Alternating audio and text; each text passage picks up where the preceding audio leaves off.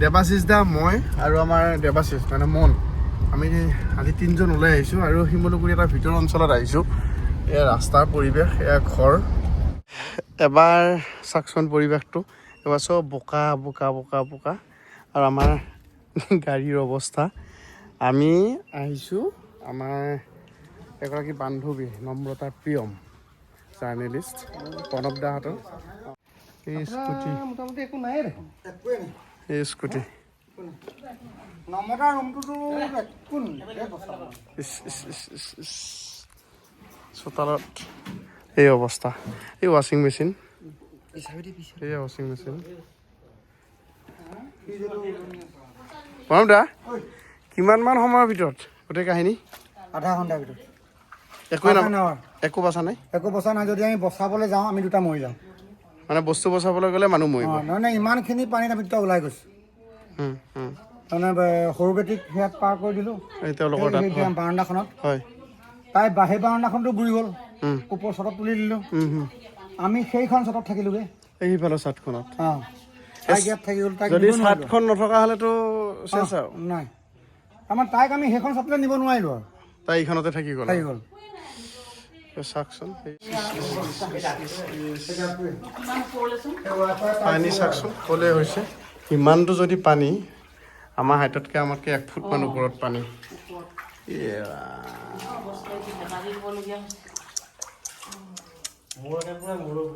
না তাকেতো কম পানী, ঘৰৰ ভিতৰত ইমান পানী।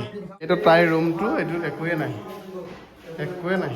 সেই আলমাৰীৰ ওপৰলৈকে পানী। এই চাওক আলমাৰীতকৈ ওপৰত পানী, ভাবক। আৰু মানুহ থাকিব ইয়াত।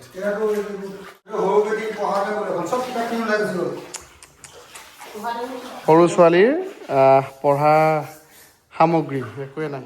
ঘৰৰ ভিতৰত পলস চাওক, বোকা। এখন পকা চোতাল কিন্তু এক আঁঠু বোকা ঘৰৰ ভিতৰত। এইবোৰ টিউবৱেল কিবা কিবি চব এই পৰ্যায়।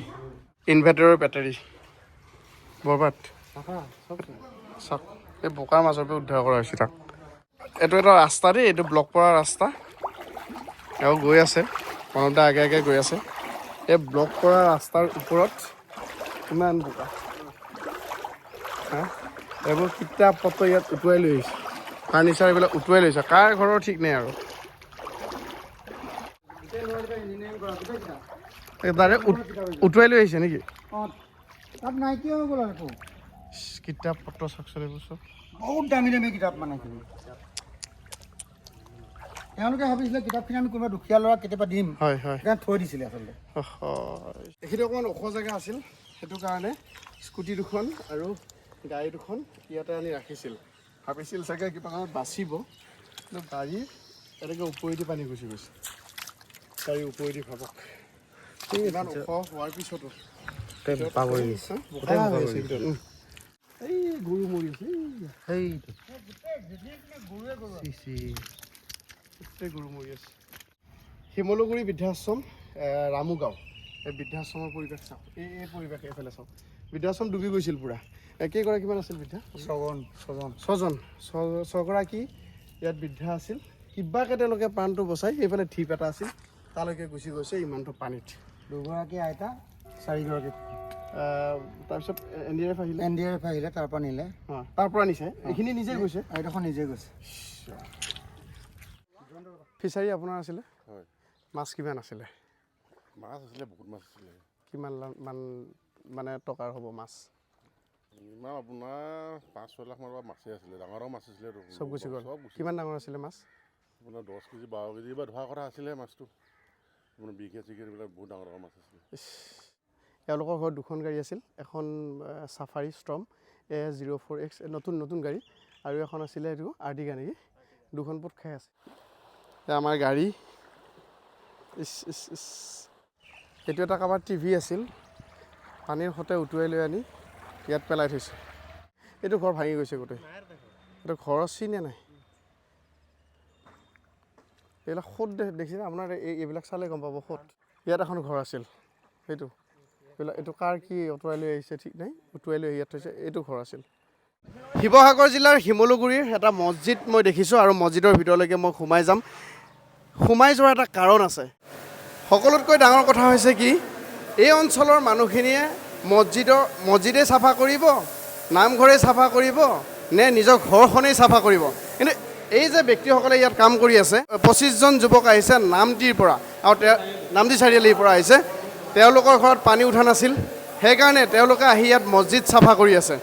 দাদা আছে মোৰ লগত নামটি চাৰিআলিৰ পৰা। নামটি চাৰিআলি বৰমছজিদ জামাতৰ পৰা আমি যোৱা 19 তাৰিখৰ পৰা কণ্টিনিউৱাছলি মানুহে মানুহৰ বাবে, যিটো জুবিন দাই কৈ গৈছিলে, ভূপেন দাই কৈ গৈছিলে, মানুহৰ কাৰণে কেতিয়া কামত আহিব, যদি এনেকুৱা সময়ত যদি কামত নাহে, আমি সেই উদ্দেশ্যৰে গোটেই ল'ৰাখিনিয়ে নিজৰ ব্যৱসায় বাণিজ্য, ঘৰৰ কাম সকলো এৰি, ঘৰত বেমাৰী মাক দেউতাকক এৰি মই আজি আহিব নোৱাৰোঁ, মোৰ এনেকুৱা এটা কণ্ডিশ্যন, মোৰ ঘৰত মিস্ত্ৰী ৰখি আছে বস্তুলৈকে আনি দিবলৈ, শিৱসাগৰ টাউন যাব লাগে, মই নাই যোৱা, মই আহিছোঁ ইয়ালৈ, কাৰণ ইয়াত বোলে আজান হোৱা নাই। আমি পৰৱৰ্তী পৰ্যায়ত যদি আমাক নামঘৰ সমাজখন আমাক অনুমতি দিয়ে, আমি নামঘৰ সমাজখনলৈ যাম, আমি নামঘৰকো চাফা কৰি দিম। আমাৰ কোনো জাতি নাই, আমাৰ কোনো ধৰ্ম নাই, আমি মানুহ হয়, মানুহক পৰিচয় দিম আমি। খুব সুন্দৰ মেছেজ, খুব সুন্দৰ মেছেজ। তেওঁ কৈছে যদি তেওঁলোকক অনুমতি দিয়ে তেতিয়াহ'লে তেওঁলোকে নামঘৰ পৰ্যন্ত, মন্দিৰ পৰ্যন্ত তেওঁলোকে চাফা কৰি দিব। এনেকৈ যুৱক কেইজন লাগি আছে, 25জন যুৱক আহিছে, 25জন যুৱকে এনেদৰে অহৰ্নিশে লাগি মছজিদটো চাফা কৰি দিছে, যাতে অঞ্চলৰ ৰাইজে নামাজখিনি পঢ়িব পাৰে। গতিকে সদায় যদি কোনোবা ব্যক্তিয়ে ইচ্ছা কৰে আপোনালোকৰ নামঘৰটো পৰিষ্কাৰ কৰোঁ বুলি, তেতিয়াহ'লে এওঁলোকৰ লগত যোগাযোগ কৰিব। নামটি চাৰিআলিৰ যুৱক, এওঁলোকে গৈ নামঘৰ মন্দিৰ সকলোখিনি চাফা কৰি দিব। তেতিয়াহ'লে অন্য নহ'লেও প্ৰাৰ্থনা ভাগি আপোনালোকে কৰি থাকিব পাৰিব। এইখিনিত এটা ঘৰ আছিলে, এইটো আছিলে মেইন ভেটি, মানে ঘৰটো আচলতে এইখিনিত আছিলে, কিন্তু এইফালৰ পৰা যিটো সোঁত আহিল সেই ঘৰটো তালৈকে লৈ গ'ল, চব ভাঙিছেগৈ। এইখিনিৰ পৰা ঘৰটো আছিলে, অলপ দীঘলীয়া আছিলে, এইবোৰ চব এনেকৈ সোমাই দিলে। এই ঘৰটো চাওক, ঘৰটো মই এবাৰ দেখাম আপোনালোকক। এইটো ঘৰ তেওঁলোকৰ, এতিয়া কাম কৰি আছে। একোতো সম্পত্তি বাচাই নাই বাৰু, একোৱে নাই, তাৰমানে একোৱেই নাই। লগৰ এজনৰ ঘৰ, আমি কিবা অকণমান বস্তু লৈ আহিছোঁ, উপায়টো নাই, দিব বহুত লাগে। ঘৰৰ চিটুৱেশ্যন দেখিলে গমেই পায়। আৰু মোৰ ফালৰ পৰাও মই তেওঁলৈ কিবা এটা লৈছোঁ, অকণমান আৰ্থিক সাহাৰ্য। চিটুৱেশ্যন ভাবকচোন।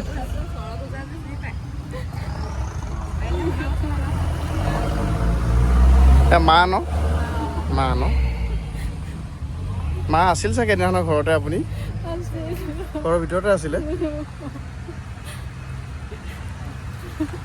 কিবাকে মানুহকেইটা ওলাইছে আৰু।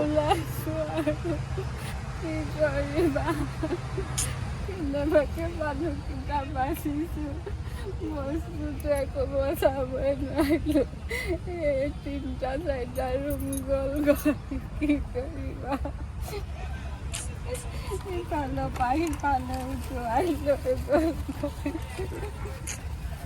বাৰু হ'ব, বলক। আৰু প্ৰশাসনৰ ফালৰ পৰা এই মহৰ হেৰি মাৰি আছে, সেইটো এটা ভাল কৰিছে বাৰু দেই। যিহেতু বানত বিধ্বস্ত সমগ্ৰ উজনি অসম, আমি দেখি আছোঁ সামাজিক মাধ্যমত যে বিভিন্ন জেগাত তুমি ঘূৰিছা, এতিয়ালৈকে কোন কোন জেগাত গৈছা আৰু তাৰ কিখিনি পৰিস্থিতিৰ সন্মুখীন হৈছে, গ্ৰাউণ্ড জিৰোত পৰিস্থিতি কি চলি আছে, প্ৰথমতে সেইটো জানিব বিচাৰিছোঁ। চাওক, প্ৰথম কথা, মই ইয়াৰ যুৱক নহয়, মোৰ দৰং জিলা চিপাঝাৰ এখন ভিতৰুৱা গাঁৱত ঘৰ। আৰু পৰিস্থিতি বুলি ক'বলৈ গ'লে ইয়াত পৰিস্থিতি একো নায়েই, যেনিয়ে গৈছোঁ তেনিয়ে ধ্বংস। আৰু কোনডোখৰ ঠাইলৈ গৈছোঁ বুলি ক'লে মই অকণমান ক'বলৈ অসুবিধা হ'ব, কাৰণ ইয়াৰ মই গাঁওসমূহৰ নাম নাজানো। ইয়াত মোৰ কেইবাজনো বন্ধু আছে, তেওঁলোকে মোক যি গাঁৱলৈ লৈ গৈছে মই তালৈকেই গৈছোঁ। আজি এসপ্তাহ হ'ল মই ইয়াত আছোঁ, আৰু এই এসপ্তাহত প্ৰায় 70ৰ পৰা 80খন গাঁও আমি গৈছোঁ। আৰু মানে ইয়াত যিসকল ব্যক্তি এতিয়ালৈকে অহা নাই, তেওঁলোকে ফিল কৰিব নোৱাৰে ইয়াত পৰিস্থিতি কেনেকুৱাকৈ। যেনিয়ে গৈছোঁ তেনিয়ে কেৱল কান্দোন, যেনিয়ে গৈছোঁ তেনিয়ে কেৱল মৃত জীৱ জন্তু, মানুহৰ গোন্ধ, দুৰ্গন্ধ। গতিকে পৰিস্থিতি একো নায়েই। এটা দীঘলীয়া প্ৰচেছৰ মাজেৰে কিন্তু যাবলৈ ৰাইজৰ হাতত সময় নাই, ইনষ্টেণ্ট লাগে। এখন শুবলৈ বিচনা নাই, কাইলৈ ঘৰৰ ছটখন নাইকিয়া হৈ গ'ল, ঘৰৰ টিং পাত নাইকিয়া হৈ গ'ল। যিহেতু তোমালোকৰ এটা সামাজিক মাধ্যমত এটা বলিষ্ঠ স্থিতি আছে, এই ক্ষেত্ৰত তোমালোকৰ পদক্ষেপ কি হ'ব? চৰকাৰ বাহিৰেও তোমালোকৰ ফালৰ পৰা পদক্ষেপ কি হ'ব? ৰাইজৰ কাষত কিদৰে থাকিব? চাওক, প্ৰথম কথা হ'ল NKTVৰ জৰিয়তে হওক বা আন চেনেলসমূহৰ জৰিয়তে হওক, নিউজসমূহ চাই গোটেই ৰাইজ এতিয়া উঠি আহিলে। এতিয়া প্ৰায়সমূহ গাঁৱত সাহায্যবিলাক গৈছে, এতিয়া ঠিকেই গৈছে, আজি 15 দিন পিছলৈকে যাব, কিন্তু ইয়াৰ পিছৰ পৰিস্থিতি কি হ'ব? কিছুমান জেগাত গৈছোঁ যাৰ নেকি ঘৰত একোৱেই নাই, এটা পিন বা এটা মানে কৈছোঁ দেখোন এটা গজালো মানে বাচি যোৱা নাই। তো তেওঁলোকৰ পৰিস্থিতি কি হ'ব? তেওঁলোকে কেনেকৈ আৰম্ভ কৰিব? আৰু আমিতো সৰু সৰু মানুহ, ভিডিঅ' বনাইছোঁ, ৰাইজক দেখুৱাইছোঁ, ভিডিঅ'ৰ পৰা যি এটা ইনকাম হৈছে তাৰ পৰাও সহায় কৰিছোঁ, বা অসমৰ ৰাইজে এই ক্ষেত্ৰত কিন্তু বহুত বেছি সহায় কৰিছে। সাহায্যৰ ক্ষেত্ৰত হওক বা আমি ভিডিঅ'বিলাক বনাই দিছোঁ, তাৰ পৰাও ৰাইজে আমাক 2 পইচা দিছে, সেইসমূহো আমি ৰাইজৰ মাজত বিলাইছোঁ। কিন্তু এইটো কিমান দিন থাকিব? আমাৰতো হাতখন ইমান দীঘল নহয়, আমাক ৰাইজে কিমানটো পৰ্যায়লৈকে দিব? গতিকে এটা প্লেনিং লাগিব এইখিনিৰ কাৰণে, কাৰণ মানুহবিলাকে আপোনালোকে কোৱাৰ দৰে মানে মাইনাছৰ পৰা এতিয়া আৰম্ভ কৰিব লাগিব। চবতকৈ ডাঙৰ কথা হৈছে সেইটো, মাইনাছৰ পৰা আৰম্ভ যেতিয়া কৰিব লাগিব, আপোনালোকে ভাবক যে পৰিস্থিতি ইয়াত কি। এতিয়া চাওক মই এটা কথা ক'ব বিচাৰিছোঁ যে চৰকাৰখনে হওক বা এই যি চৰকাৰৰ যি প্ৰতিনিধি থাকে, তেওঁলোকে কৰিব নোৱাৰা কাম একো নাই, তেওঁলোকে ইচ্ছা কৰিলে কৰিব পাৰে। 150খন গাঁও যদি মানুহ ডুবিছে, তেতিয়াহ'লে এখন গাঁও ভিজিট কৰিবলৈ, এখন গাঁৱত খবৰ ল'বলৈ মাত্ৰ 2জন মানুহৰ প্ৰয়োজন হয়। এজন বিধায়কৰ পিছত 2জন যদি 300জন মানুহ নাইনে? এনেইতো আমি ইলেকশ্যনৰ সময়ত দেখোঁ তেওঁৰ পিছত 3000, 5000, 10,000 মানুহ ঘূৰি ফুৰে, কিন্তু এই বিপদৰ সময়ত 300জন মানুহ কিয় নাই? এই 300জন মানুহে 150খন গাঁৱত ঘূৰি ইচ্ছা কৰিলে সকলোৱে খবৰ ল'ব পাৰে। মই সেইটো কথাও কৈছোঁ যে এতিয়াও কিছুমান এনেকুৱা জেগাত গৈছোঁ য'ত নেকি এতিয়াও চৰকাৰী কোনো প্ৰতিনিধি হওক বা বিধায়ক মহোদয় উপস্থিত হোৱা নাই। আমি দায়িত্ব লৈছোঁ, ক'ৰবাত এজনীক পঢ়োৱাৰ দায়িত্ব লৈছোঁ, 2জনীক পঢ়োৱাৰ দায়িত্ব লৈছোঁ, কাৰোবাক 1000, 2000 টকা আমি দি থৈ আহিছোঁ, সেইখিনিয়ে তেওঁলোকৰ কি হ'ব? সেইকাৰণেই কৈছোঁ যে আপোনালোকে এটা প্ৰপাৰ প্লেনিঙত আগবাঢ়িব লাগিব। চাৰিওফালে যিহেতু ধ্বংস, গতিকে সেইখিনি অকণমান ভাবিব লাগিব।